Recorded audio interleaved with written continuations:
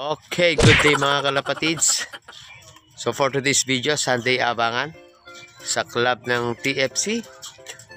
So ayun, first lap OB category ng club ng TFC mga kalapatids. So may sinali tayong dalawa doon, si Chunli saka yung isa nating warrior dito. So si Chunli mga kalapatids nandiyan na. Ito yung speed niya, ayan. So yung forecast naman, ito. Yan. So may hinihintay pa akong dalawa mga kalapatids, yung isang naka derby natin at saka isang pinasabay lang na training. So yung warrior ko na si Chunli, ito na mga kalapatids. Ayan. So first lap.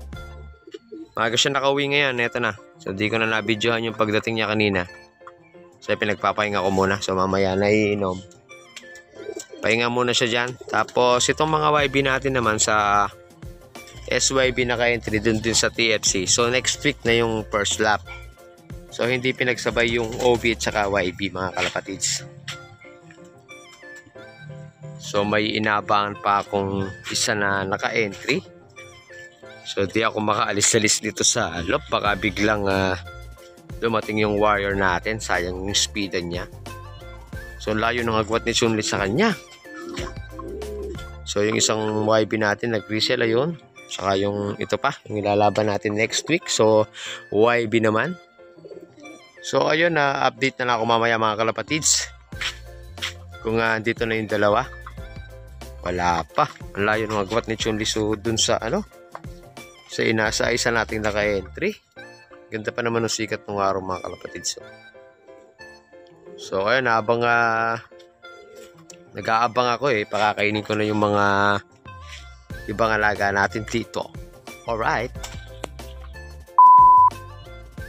Okay guys, ito na yung pangalawang ibon natin. So ito naka-training lang sinabay natin sa first lap.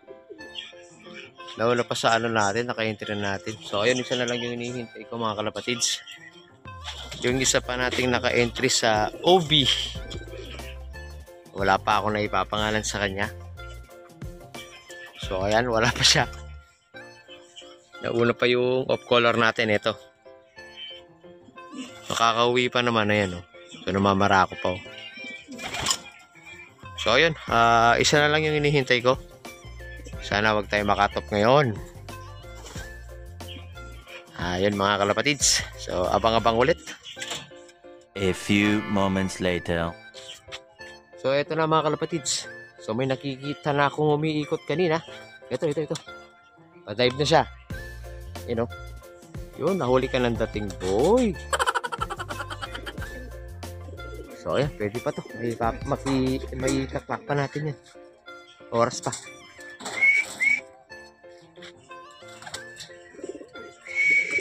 Yun. So ayun mga kalapatids, ikakat ko muna. So ikaklak ko muna yung warriors natin. Ayun, naka-sticker pa siya So okay mga kalapatids, ito na yung huli nating hinihintay. Ito na siya. So, nag-speed pa siya ng... So, ayan. Pwede pa mga kalapatids. Pasok pa. So, nakauwi yung dalawa nating warrior. Saka yung isa nating tinetraining. Ayan. So, abangan tayo ulit sa next lap, next week. So, kasama na yung mga YB doon. So, ayan mga kalapatids. Hanggang dito na muna yung aking short video ulit. Alright.